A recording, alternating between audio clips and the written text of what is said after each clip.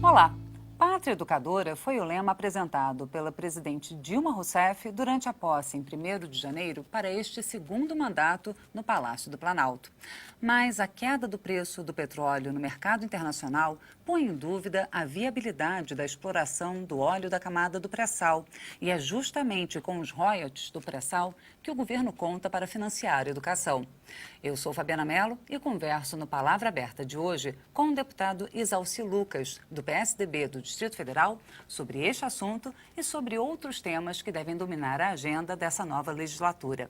O Palavra Aberta é uma produção da TV Câmara e da Rádio Câmara. Deputado, obrigada pela presença do senhor aqui no estúdio. E eu gostaria de saber, então, como é que o senhor vê esse novo tema, esse slogan que a presidente escolheu para este segundo mandato e se o senhor acredita que vai haver recursos, então, quando o Ministério da Educação foi um dos que sofreu com o corte anunciado pela equipe econômica. Esse slogan é um slogan do marketing, né, do governo, porque tudo o que se fala não é exatamente o que faz. O governo tem, nos últimos meses, nos últimos anos em especial, tem falado muitas, feito um discurso bonito, mas na prática faz exatamente diferente. Na semana que anunciou esse slogan, Pátria Educadora, houve um corte no orçamento de 7 bilhões na educação. Então é incompatível, né, o slogan com a ação que foi feita. Agora, com a crise do pré-sal, né, com esse rombo da Petrobras, com destruir a Petrobras, que era a nossa grande esperança, né, o pré-sal era a esperança de pagar essa dívida com a educação e com a saúde, principalmente, né, desse falta de investimento de anos e anos. E agora a gente vê quase que uma inviabilidade na exploração do pré-sal, né, porque hoje o barril foi para quase $50, caiu quase pela metade, e o custo de produção hoje está acima de $80. Então é quase que inviável você, nessa altura, explorar o pré-sal, que passa a ser inviável. Então a gente fica muito preocupado, mas eu acredito que a educação não depende apenas do pré-sal. Nós temos mecanismos e condições de superar tudo isso e investir na educação e cumprir as metas que nós aprovamos do Plano Nacional de Educação. E qual seria a alternativa econômica, fonte de recursos viável, como alternativa a essa frustração de receita do pré-sal? Primeiro, o controle, né, dos gastos públicos, né? Nunca se gastou tanto, né, e de uma forma incompetente, irresponsável como atualmente.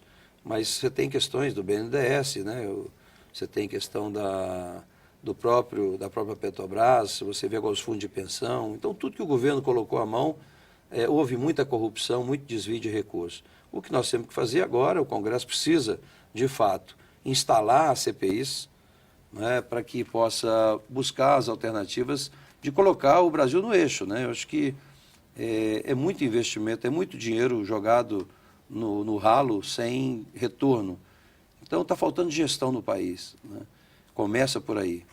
É uma falta de definição de uma política econômica. Agora, algumas medidas, e que esse pacote que vem vai ser o primeiro embate, né, com o Congresso, porque você vê aí a tabela de imposto de renda que está defasada. Desculpa, deputado Isalci Lucas, quando você fala esse pacote, então são as questões do seguro-desemprego, as mudanças para... A aposentadoria, o veto da tabela de imposto de renda e outras medidas que virão, porque... A pensão por morte. Pensão por morte, mas foi só apenas o início. Né? O atual ministro, Levi, evidentemente que virá com um pacote maior ainda, com a crise muito maior, porque arrasaram com o país, né? Você vê que as empresas perderam competitividade, tudo que a presidente disse que ia fazer para aumentar a competitividade, ela fez exatamente o contrário.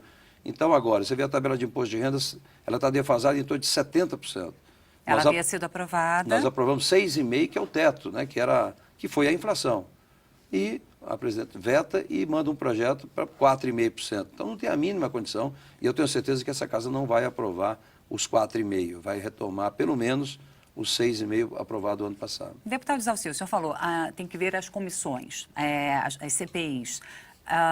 O senhor acredita, então, que a Câmara e o Senado vão criar novas CPIs para continuar as investigações que estavam sendo conduzidas acerca das denúncias sobre desvio de recursos da Petrobras e também, o senhor acredita que essas investigações podem se expandir para outros setores do governo?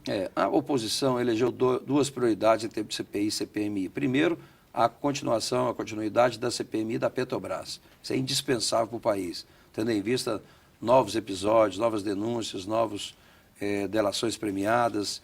Então, nós temos que concluir esse trabalho da CPI da Petrobras. Agora, o que aconteceu e que ainda vem acontecendo do BNDES também é gravíssimo. Foram mais de 500 bilhões de recursos do Tesouro que foram para o BNDES e foram empréstimos para Cuba, para a Venezuela, para a Colômbia, para a África, a maioria deles como segredo de Estado. Agora o próprio BNDES entrou na Justiça contra o Tribunal de Contas para não ter que prestar conta, porque o Tribunal de Contas não está conseguindo as informações para fiscalizar. Então, nós temos que fazer uma CPMI, porque só através dela é que nós teremos acesso ao sigilo, né, do BNDES. O BNDES é grave a situação. Você tem não só essas questões dos empréstimos para esses países, mas também para os amigos do rei. Você tem a JBS, você tem a Oi, você tem o Eike Batista, tem vários empréstimos feitos para os amigos do rei que precisam ser transparentes. A população precisa tomar conhecimento disso. Agora, eu particularmente vejo um problema gravíssimo, que é a questão do fundo de pensão. Os fundos de pensões no Brasil estão sendo saqueados. E fica muito grave exatamente porque muita gente contribui durante anos e anos, apostando na aposentadoria, apostando no seu salário integral, e lá no final ele vai ver que vários fundos não terão como cumprir com aquilo que foi acordado. Exatamente pelos desvios, pela falta de gestão, pela forma como os fundos investem através de imposição ruins do governo.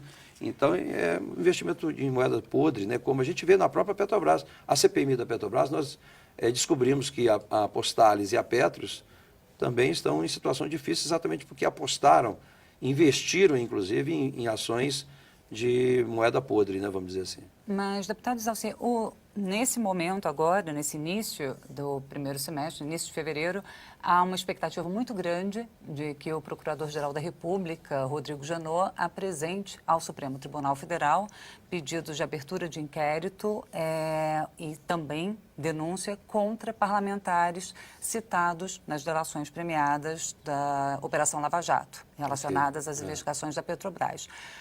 Não se sabe o número de parlamentares que podem ser atingidos pelos pedidos de abertura de inquérito ou pelas denúncias. O senhor teme que isso possa paralisar os trabalhos no Congresso? Não, eu acho que não, mas eu acredito que o Conselho de Ética vai fazer seu trabalho. Eu participei nessa última gestão do Conselho de Ética e a perspectiva realmente é essa mesmo, de cassação de 30, 40 parlamentares que estão envolvidos, que nós já detectamos isso também. Não temos a nominata, mas sabemos do esquema. Então, não tem dúvida de que, sendo encaminhado para o Conselho de Ética a denúncia, isso acontecerá, haverá sim uma posição do Conselho de Ética e eu tenho certeza que a Casa não vai paralisar por causa disso. Agora, nós temos temas que podem também criar muitas dificuldades aqui. Um deles, e o PSDB tem essa preocupação, e nós somos da Comissão de Ciência, Tecnologia, Inovação e Comunicação, e o tema é o controle da mídia, né? O próprio ministro Bezoini assumiu a pasta de comunicações,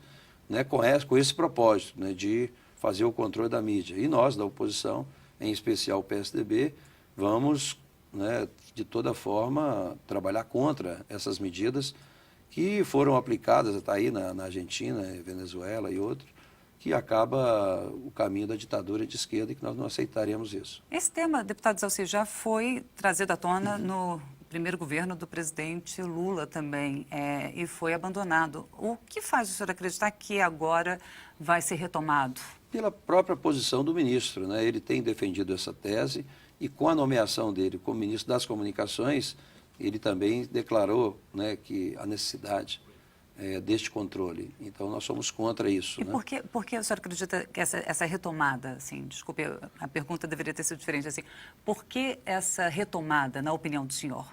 É porque existe um grupo dentro do Partido dos Trabalhadores que tem isso como prioridade, né? Então, esse grupo acabou assumindo agora, né, por influência também do presidente Lula, porque é o grupo, né, mais ligado a ele, e que defende essa tese há muito tempo, e agora querem botar isso em prática.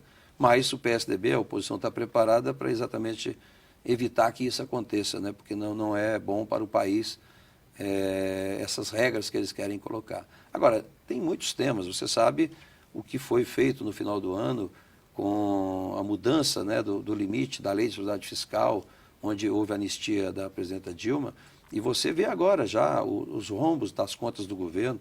O Tribunal de Contas fala assim, trilhões, 2 trilhões, né, que nós vamos ter que fiscalizar isso agora, apurar. Eu sei que o 2015 promete muito, e nós estamos preparados para isso. O que a gente conta é agora com a população já está bastante sensibilizada, né, as redes sociais estão bombando com relação a esses temas. Eu fiz aqui, no final do ano, uma audiência pública sobre as urnas eletrônicas, e eu não tenho nenhuma dúvida que realmente o poder está muito concentrado no TSE. O TSE hoje, ele administra as eleições, ele normatiza as eleições, ele fiscaliza as eleições e ele julga a questão das eleições. Então, a gente precisa rever isso. Essas urnas só são usadas no Brasil, a Alemanha não adota e outros países, então algo está errado nisso, não é confiável. Temos que dedicar também a esse tema. Obrigada, deputado. Eu conversei com o deputado Isalci Lucas, do PSDB do Distrito Federal, sobre educação e sobre a agenda da nova legislatura. Obrigada também a você que nos acompanhou até agora. Lembrando que você pode conferir novamente esta edição e as outras do Palavra Aberta no câmara.leg.br/Palavra Aberta, tudo junto. Eu sou Fabiana Mello e espero você em uma próxima oportunidade. Até lá!